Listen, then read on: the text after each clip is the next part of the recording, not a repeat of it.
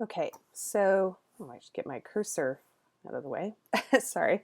So this video is about organization when it comes to paragraph structure. And essentially, effective organization is pivotal to the success of your overall essay, but particularly how your body paragraphs deliver the support. So your discussion can contain the most profound content, but it won't matter if it's not organized.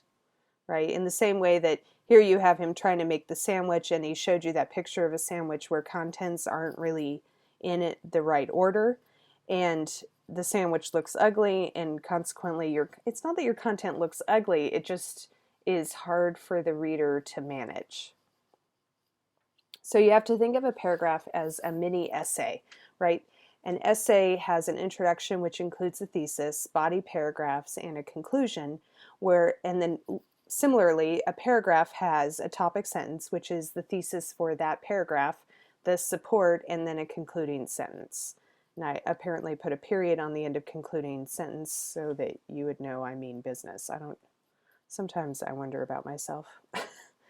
Okay, so the paragraph this is like the sandwich model, which the chapter talks about how to structure a paragraph in this way, right? And a paragraph should have all of these things in it.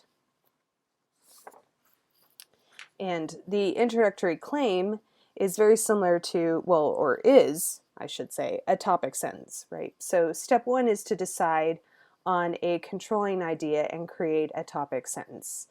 And the topic sentence basically gives the reader a heads up about what will appear in the paragraph. And most of the time, the topic sentence is probably one, maybe two sentences.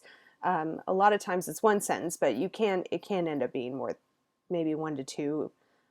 I've never seen 3 sentences for a topic sentence, but I imagine depending on how long your paragraph is, that also might be necessary.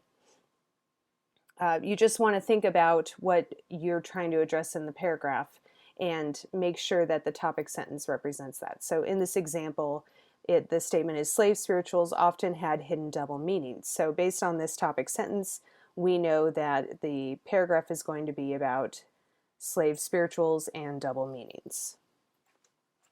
So the next step is to offer context by explaining the controlling idea. So essentially in your explanation, you're interpreting the information presented in the topic sentence and basically elaborating on it. So in this case, you have on one level, spirituals referenced heaven, Jesus, and the soul, but on the other level, the song spoke about slave resistance. So if you look at the topic sentence, then which highlighted that it's about double meanings, then the context is to elaborate on what is meant by the double meanings. So the third thing you need to do is offer evidence, right, by giving an example or multiple examples.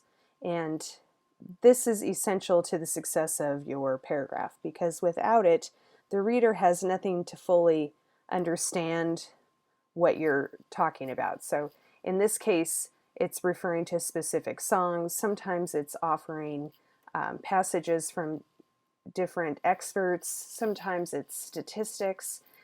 Sometimes it's personal examples. But the idea is you have to give a representation of your topic sentence so the reader can feel engaged with the material. So here are 2 examples. The first example refers to a song and identifies what the song was talking about, even referencing specific lyrics. And then the second example references another song and doesn't use specific lyrics, but definitely reinforces the idea of double meanings. So the next step is partly the analysis, right? Or it is the analysis and implications. So you're explaining the relevance of your examples by showing the reader why you chose these examples to help prove your point. So in this case, it says, when slaves sang this song, they could have been speaking of their departure from this life and their arrival in heaven. However, they also could have been describing their plans to leave the South and run not to Jesus, but to the North. So again, the explanation shows the readers why those lyrics represent the double meaning found in these spirituals. And that shows a larger attachment to the paragraph's purpose and therefore the essay's thesis statement. So just to keep in mind, you don't always have just one example or two examples for a paragraph. It can be however many is necessary in order to make sure that the statement is fully explained, right? And for every example you have, you need to have an explanation. There should never be an example that is just inserted into your paper without being explained. Okay, so in this case, one explanation was sufficient to explain both those examples, but that may not always be the case. Sometimes it's example, explanation, then second example, then second explanation, and so on. Okay, so the last step is you need to complete the paragraph's idea by either concluding what's being discussed or transitioning into the next paragraph.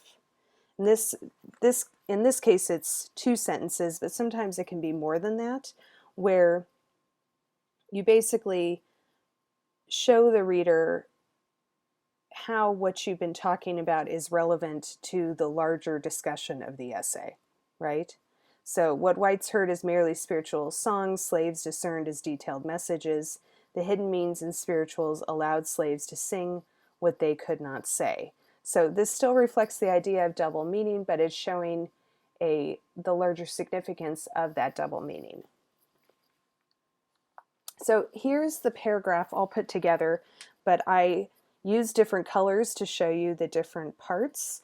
But keep in mind that a bulk of this paragraph is really the examples and the explanation. And these 2 parts are often what is missing from body paragraphs in most student essays. Or they'll give me the example, right?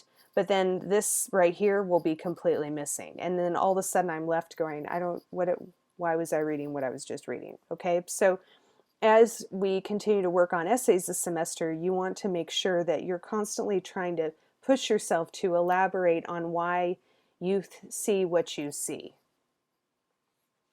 Okay, so just to reinforce, the sandwich model is topic sentence, and then you further explain the topic sentence and establish context for the example, state the example, explain the example, and then conclude the paragraph.